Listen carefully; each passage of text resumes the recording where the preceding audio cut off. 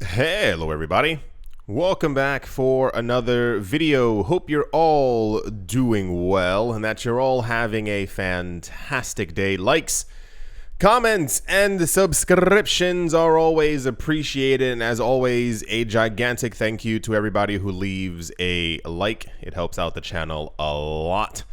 And without further ado, let's jump right into it. For those of you not looking at the screen, it says Shiba Inu rallies over 30% amid strong whale transactions for some reason. Over the weekend, Shiba Inu was one of the top performing coins. Of course, you'll have other random altcoins that are coin number 541. Whatever coin that might actually be, who go up by 13,000% because they only have like $400 of actual transaction volume. For some reason, Shiba Inu was up by like 50-60% over the weekend. Dogecoin tried to do the same for a little bit of the day. I think it went up by around 5%. But for some reason, and there seems to be no actual reason as to why, but Shiba Inu is the top performing and the most in the news coin, partially at least, of the day. A lot of people were suspecting that it had to do something with the coin burn. There are tons of companies who are exclusively basically out there, I think, to accumulate Shiba Inu and also to burn it. I don't get the actual process behind it. But yeah, this was incredibly popular news that this coin was skyrocketing in the market. It says Ripple price analysis, bull's eye and upside break above 40 cents. This one says technical analysis, Ethereum hesitates, but further gains seem likely above $2,000. We are currently in the coming out of the weekend phase of the cryptocurrency market, when typically stock markets are in a bit of a lull period. The cryptocurrency market doesn't seem to move at all until we end up getting indications as to what the futures market of the stock market is looking like, and therefore that's usually when we end up pushing a little bit higher. But during the lull of the weekend, Bitcoin actually went up to, I believe, 25,000 for like a couple of seconds. Ethereum hit 2,000 something or other, and it was $2,018, something like that. But since then, we've slipped a little tiny bit, and it's basically, you guessed it, off of movement from the stock market. It says Bitcoin and Ethereum signal a bullish continuation. Shiba rallies by 30%. All of the analysts that I could find, I was hard-pressed to find any kind of negative price cryptocurrency news.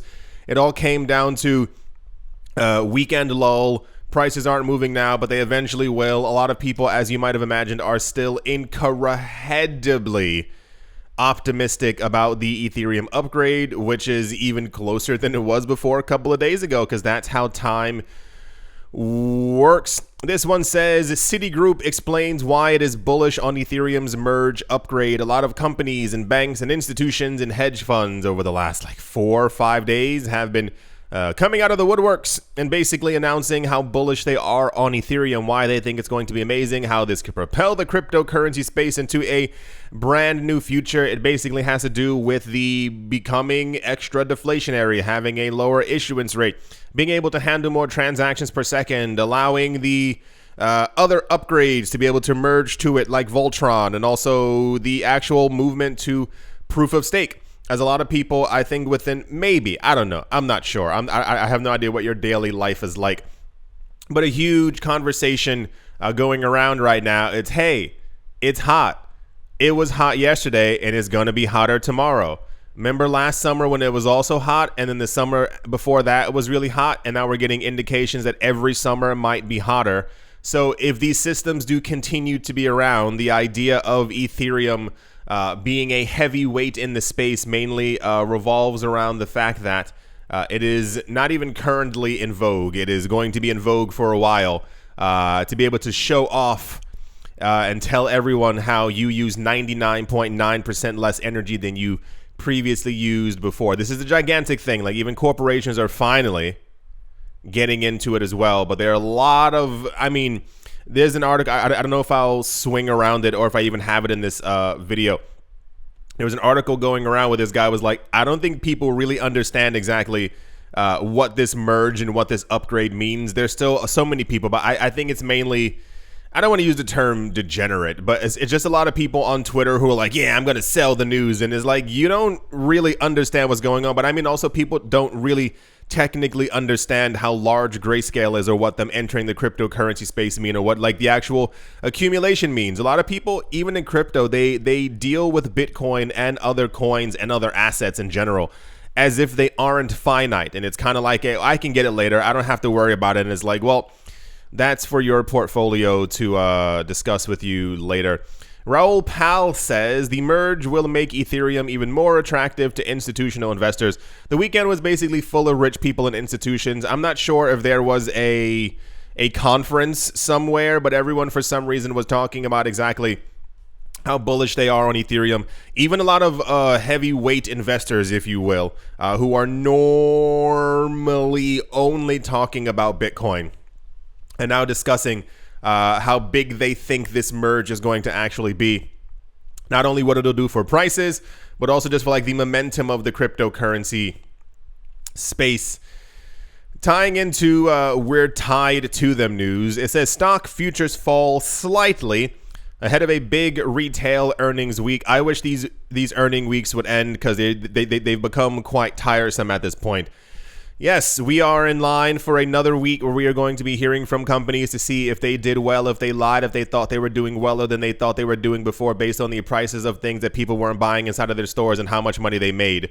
So sometime during the course of this week, we will hear from mega companies as to their projections and then how much money they actually made. If their projections were lower and they made more money than they believed that they were going to, then prices will go up. If there's any indications that something is bad or people weren't spending as much because of the last 2 years and everyone's kind of broke, well, then we'll also know from that as well. This one says European stock futures are mixed and Chinese economy slows. In one of the larger money newses of the day, I'm not sure how many of you have been paying attention to traditional financial news. I know there's a gigantic chasm, fissure, land, space in between both markets sometimes.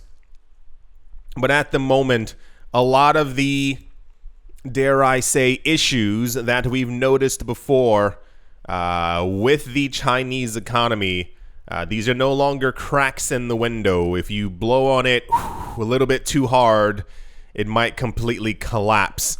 If you haven't been watching the news, basically, people in that country are a little angry that they feel as if they were lied to because a huge section of their economy for that country has been real estate. And people have been putting money into real estate projects that are no longer coming to fruition. The people who were building, the people who are managing the project disappeared, kind of like that. And there are videos of people walking in the streets together, holding up pieces of paper that have words on them. I can't actually say that word because of the algorithm. You think I'm lying, but I'm not. And it's getting pretty intense because people are like, where's our money? Allegedly, the government is shrugging and going, I don't know, bro. And it's getting quite tense. It says that they've unexpectedly cut their interest rates ahead of poor data in an effort to try and raise things back up because for some reason, we live in a world where things are so intertwined that if they do bad, the rest of the world also has to do bad. This was a conversation we had about a year and a half ago as well. Part of the issue is that people believed that here, right here on the screen, that country was going to do exceedingly well basically forever. The idea was increasing birth rate, tons of production. If you haven't looked at the amount of, they've built cities that are empty. The idea being, well, let's build them now, and in 15 years, they'll definitely be snatched up. And they were. For a portion of people were buying these apartments in anticipation of people moving into them in 10 years. And a lot of the issues were that 10 years after, when people still hadn't moved into them, they had tons of videos. You can find them online, like look anything with property in the word there. And people were walking into these empty buildings, empty apartments, and they were literally, knocking on the wall, and the wall was kind of collapsing. They were made with such terrible equipment that the company simply assumed that nobody would know and would blame someone else a couple years down the line. So as of right now, we are dealing with not only inflation data, and I think the realization is coming back to a lot of people that the U.S. inflation numbers were 8.5%. That still ain't good. It's still absolutely terrible. We're supposed to be aiming for a 1 to 2.5, maybe 3% inflation rate per year.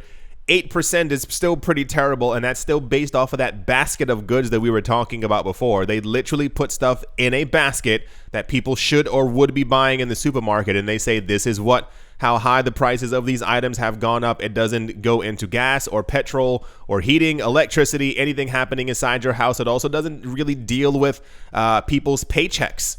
Inflation has been going up for a while, and it has not been reflected in how much money people are making. So, all that ties into everything. We're also having the earnings report sometime this week. There's also something else significant also happening, I think, on Wednesday or Thursday. Someone's giving a speech about something. It's not the Fed, but something else money-esque is also going on. We're also looking at how stocks are wobbling.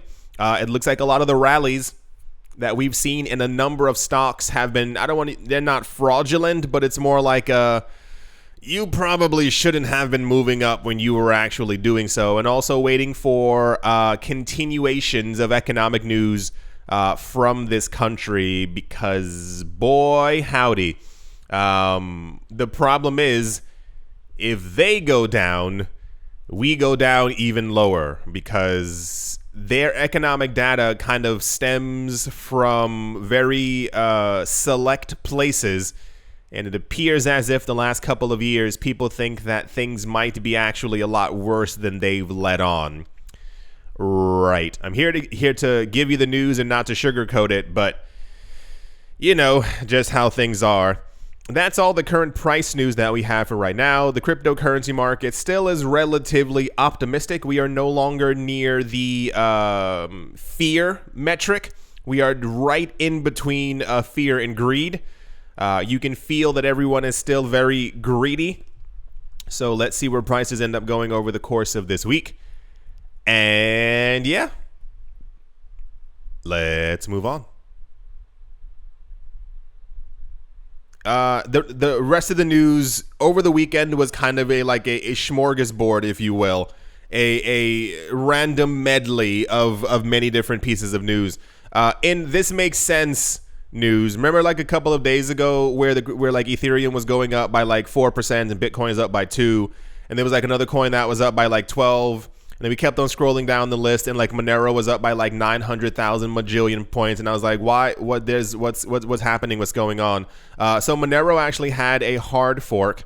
It says to improve security and privacy. I would assume so. It's a coin that has private transactions, and that apparently was the reason why the price was going up.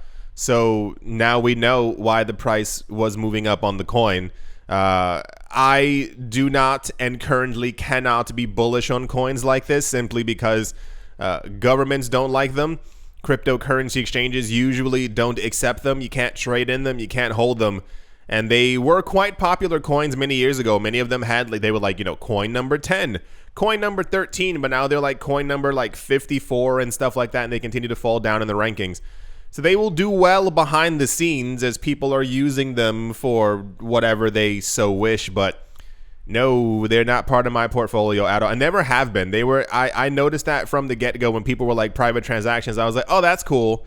Well, you have fun with those coins, because I already knew if you have lived in or are from the States, you don't have much privacy to yourself. Anyway, that's the Monero had a hard fork news. That's why the price rose. Yeah. Moving along. It's not popular news, but in the most talked about news, it says earlier today, Polkadot's DeFi hub Acala Acela, A-C-A-L-A, Acala, I don't know how you pronounce that, had its stablecoin, which is the letters AUSD, exploited for about $1.2 billion. It has since addressed the issue on its Twitter account, explaining that the problem had been identified by a misconfiguration of the IBTC AUSD liquidity pool launched earlier today. The hack had thrown crypto Twitter's community into a frenzy earlier today when many began speculating if it was another Terra Luna stable algorithm stable coin kind of situation. Everyone completely lost their minds. All the news that was floating around was that they had been hacked. And I mean, there were a lot of people pushing back on Twitter, stop saying it's a hack, but it's like, what are we supposed to think? Every single time that any coin, their stable coin fell by 98%, by the way, just, just in case you were wondering, it's always been a hack. Who thought that it was simply something in the actual algorithm that was an issue? So they say. So apparently they found the issue. I don't know how that issue exploited itself for billions of dollars, not millions, not hundreds of millions, for billions of dollars. Apparently they got it under wraps. I assume sometime over the course of the next couple of days, when it is completely wrapped up, they will tell us and everyone will fall back into the thing. This was very popular news. A lot of people were a little scared. I was also a little skeptical. You know how I am. It's not even tinfoil hat. It's more of a really another stable coin just happened to depeg once again. We've had like 6 so far this year, and I find it weird that, the last 4 to 5 years we had none, and now this year everyone seems to be depegging. Anyway, that's the Polkadot's stablecoin. Why they call it AUSD? That is so confusing. If you're trying to talk to someone, which coin is AUSD? Yeah, I know the US dollar is a coin, but which coin? It's just think of, why not PUSD? No, that also sounds kind of weird if you say it out loud. USDP. That one sounds nice. USD or US. No, you can't say USDA either. All right, that's the Polkadot stablecoin. Lost 98% of its value in what people thought was a hack, but allegedly the creators are saying it was a misconfiguration of the IBTC AUSD liquidity pool that was launched. News. And yeah, let's move on. Also in DeFi news, Binance, and I hate the way that they wrote this, whoever they are. It says Binance Exchange, which is still ranked as the world's biggest trading platform. Why? Just say Binance. Has come to Curve Finance's aid by helping the DeFi platform recover some of its stolen funds by hackers earlier. I believe it was the end of last week, if I am not mistaken. As shared by trading platform's chief executive officer, Changpeng Zhao, the hackers were sending the stolen funds to the exchange in hopes that it would not be discovered that they stole the funds. Okay, those people are just stupid. Oh my gosh. It says the iconic crypto figure, or just say Changpeng Zhao. I think they're doing it to add more words into their article. I assume that when these people write articles for their bosses, they have to have a certain amount of words. Binance Exchange, which is still ranked as the world's biggest trading platform.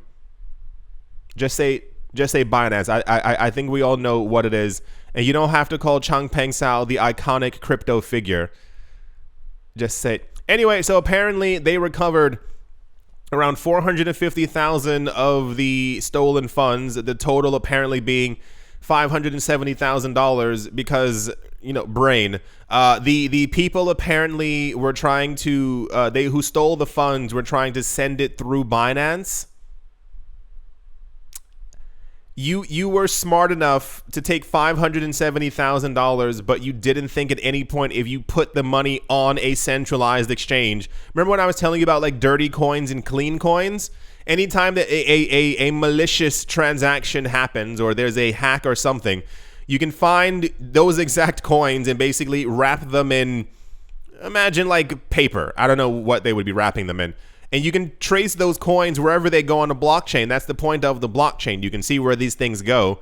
So if you know that these are the coins that were stolen, and then they wind up on Binance, every crypto exchange knows because they're all looking out for the stolen transaction. Oh my gosh, what a world we live in. So anyway, they got back 83% of the funds that were hacked, and Changpeng Sao left a laughing, crying emoji, like, you know, like the one where the water is like desperately coming out the side of its eyes. That one, I use that one a lot. I think it's so funny. News. This was quite popular. I think everyone was just kind of happy because a lot of times when these events do happen, and someone takes like $800 million. Usually people know what to do with that money or how to obfuscate it in some sort of way. So it's kind of like, oh, that money's gone. They put it back on Binance. I want to understand the logic. Like, I just don't It's like taking something from someone, bringing it back to their house and setting it on the table, hoping they won't realize it so you can take it up in your hands again and walk out of the house. That's the Binance has recovered some of the money stolen from Curve DNS Finance attack DeFi news. Let's move on. Also this is very big news. So remember how I told you that guy who was a little salty, annoyed that Ethereum is transitioning to proof of stake. So he said that he's going to chain fork Ethereum when it upgrades and create his own coin that he's calling ETH PoW, like literally ETH proof of work, which sounds absolutely terrible. Certain websites have begun to list this coin, and it's listed as an IOU on their website. So we don't have the coin, but you trade on the volume now and we'll give you whatever it is.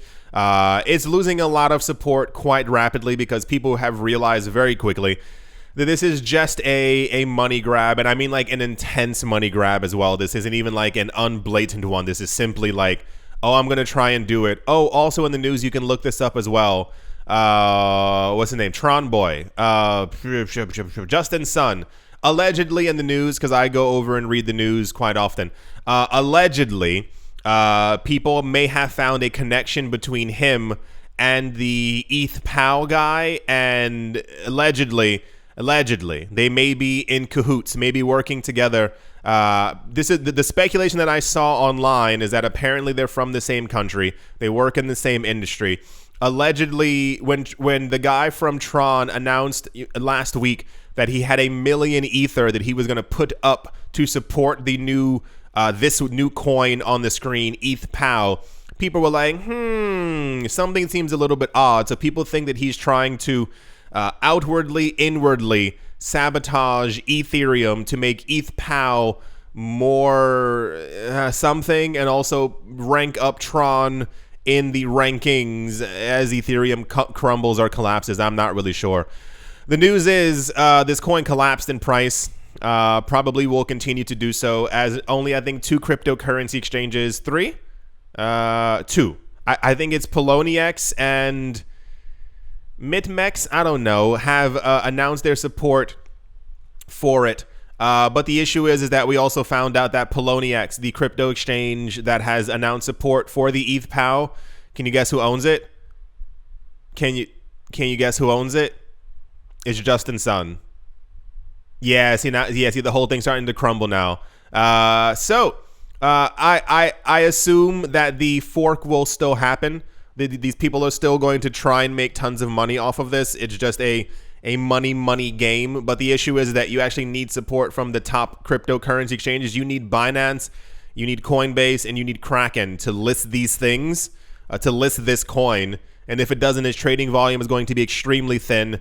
It will have no actual support. And also, for those of you who haven't been paying attention, Kraken, Binance, and Coinbase really support Ethereum, the original coin. So just to give you a, be wary, because statistically, logically, the amount of people who are watching this video every single day, or just in general, half of 1% of you are probably thinking about getting into this coin. Just know that it has very little support, and that support that's there will probably continue to collapse. So if you put your money into something, remember it's you that did it and no one else. That's the Ethereum PoW token with IOUs is already losing tons of money because cash grab news. And yeah, Let's move on. Also in quite popular news, the inflation rate in Spain and France has reached 10.8% and 6.1% respectively. It says the inflation rate may have slowed in the US. I'm not sure where they're looking. 8.5%. We were talking about Turkey having an 8% inflation rate a couple of years ago and being like, oh, that sounds absolutely terrible. They need to get that under control. It looks like their country is collapsing. And now that it's 8-something% in America, everyone's like, wow, things are so much better. It says, but elsewhere, it's a different story. In fact, both France and Spain's inflation rates have increased to a level not seen in almost 4 decades. Official figures are concerning. Yeah, because it's absolutely terrible. Has anyone seen what the actual unemployment or jobless rate in Spain is? Terrible. I think it's like 30% or something like this, and I think it's even higher the younger you get. It's kind of completely wild. I think the same is also true in parts of Italy or Italy in general. So, this is why, just understand that. And I mean this wholeheartedly. If you are in a position where you have a roof over your head, like, you should be happy. If you have a job, nonetheless a full-time job, I don't care if you have a part-time or full-time job, you would not believe the amount of friends I have who lost. They don't have a job. They've been looking for a very long time, and money is very, very tight. I think a lot of times we do forget what we have. We forget where we were 10 years ago and what we have right now. So just be grateful. And I didn't mean to turn this into a dad talk, but it's more of a, if you look at what's happening in a lot of other places around the world, especially try and watch videos on YouTube. Look at what's happening in India. Look at what's happening in parts of China. Look at what's happening in other places around the world, like the jobless rates, people who don't have money to even buy flour. We are constantly in very privileged positions to be able to be like, oh gosh, I can't wait for Ethereum to go to $10,000 so I can buy my own island or whatever you're planning on buying. But it's like, yeah, things are quite rough around many parts of the world. Even in Europe, things are not hunky-dory. Things are, yeah. So this is also quite not popular. Much spoken about news, as inflation rates are constantly coming under pressure and people are looking for ways to raise interest rates without destroying the economy that is already very fragile in many of these countries. So that's the inflation news. I think we just had news that I think Germany's inflation rate is 9%, and we haven't heard from many other countries. It's kind of just these three. I think everybody else is afraid. I wonder what the inflation rate is like in Hungary and many other places. That is a question mark. Alrighty, let's move on. The fan is making my eyes water, and it's getting annoying. I'm trying to oh, that works. I hold up one hand and I'm kind of blocking it. Anyway, also in the news, Vitalik Buterin, he said this multiple times, but I think, once again, I think there was there a conference or something over the weekend? I'm not really sure. Recently, Vitalik Buterin reiterated that he thinks that the merge is not priced in, and I don't think it is either. From a logical standpoint, from TMI standpoint, first of all, we hit, what was it? It was nearly $5,000 last year, and we are currently scratching the surface of $2,000. There's so many people. It's like light anxiety, but also kind of excitedness, because I want to see exactly how high this coin is going to go. Vitalik Buterin, I'm pointing at the screen as if you could see me. Vitalik Buterin believes that we will not see Ethereum's price really move until literally after the merge has happened. And that's kind of the gigantic news. He says he thinks that people will speculate on where the price will go, but you need metrics to be able to see, I told you this, we were talking about this years ago as well. No, it was definitely years ago. How banks and institutions price Bitcoin. Because people were asking me here that Bitcoin has no value. How do you price in the amount of Bitcoin? It's basically it's literally supply and demand. You can see how many wallets there are, how many active wallets there are, how many wallets that are dormant or wallets that have lost Bitcoin, the total supply of Bitcoin, how much Bitcoin we actually have right now, how much more is going to be created per day, how many more new wallets are actually opened on the network at any given time, how high the price currently is, how high the demand is from yesterday. There's thousands of different metrics to be able to price all of these things actually in. And he's saying that a lot of the movement that we're currently seeing right now is just the idea that, oh, there's an upgrade coming, can't wait for it. But when we actually see the issuance rate drop and the inflation drop as well, and it becomes deflationary, and what's the other one? We actually have 99.9% less electricity and all these other things. He talks about the beacon chain and that chain and this happening and this merging, intertwining with that and the other four weird words. It's the merge, the splurge, the plurge, and the clerge. I don't know. Oh, clerge made me remember. Hello, person out there, whoever you are. The guy sent me a photo on Twitter, and I burst out laughing in public. He went to church on Sunday, and on the back of his church's pews was a was a QR code for crypto donations. I don't understand. Like, the world is. Do you realize we're in the future now, right? There's a QR. That doesn't make any sense. There's a QR code. Anyway, the back of his church's pews had a QR code for you to donate, and one of the donation methods was also in crypto. So you know. They're out here living in like 2045 while the rest of us are still hoping it's 2019 all over again. So yeah, this is also very popular news. You've seen all the other, there'll be many more over the next couple of days and weeks as well, as everyone really begins to gear up. We're kind of, the whispers I'm hearing are at least a 3,000, no, don't hold me to these numbers. These are whispers on the internet. Anyone can make these whispers. Is the $3,000 Ether like around the cusp of the actual upgrade? A lot of people are still talking about selling the event. Please bless your heart. I hope it works out for you. Honestly, because I think a lot of people are going to be selling, thinking this is going to be a non-event, not really understanding that Ethereum is the number 2 coin and has trillions of dollars worth of transactions on it every single day. So have fun not having any Ether in the future, because you won't be able to make any more. Yeah, very popular news. He said this before, I think 10 days ago, but now it's back in the news because he just recently re-said something again. Oh, for those of you who missed it as well, it's no longer the 19th of, no, is it 19? 20-something. No, 19. It was the 19th of September. Now it's apparently the 15th of September based on the transaction rate and what's written on the actual blocks. So, get ready for that one. That's the Vitalik Buterin said news. And yeah, let's move on. As always, this fan is intense. A very special thank you. I can't reach it. Like, my arm is. Very special thank you to all my Patreon supporters.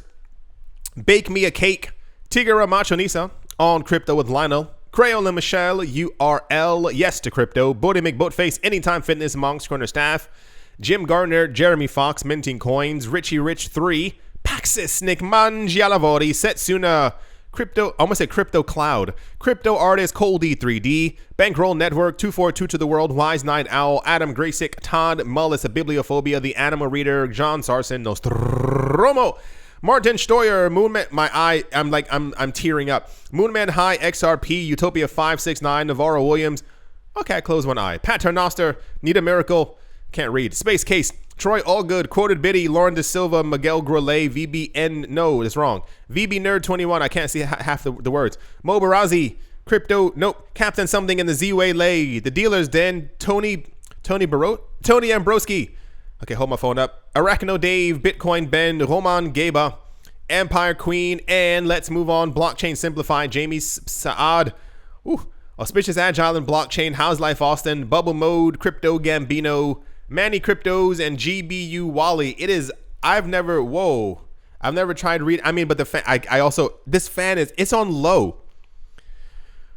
Is it hot everywhere else as well? Because it is blistering, and it's like, please go away. I just want I miss rain so much. I just want 5 days of rain. I don't want to have to go outside. I want to hear the little pitter patter of rain on the windowsill. That would also be nice. I haven't had that in a while because drought and all that. Bitcoin is, thank you all very, very much for your continued support. Forgot that part. Thank you all very much. If you left a like, if you left a comment, if you have subscribed, thank you for all the support on the brand new channel. New uploads every Tuesday and Friday. Hope you all had a great weekend.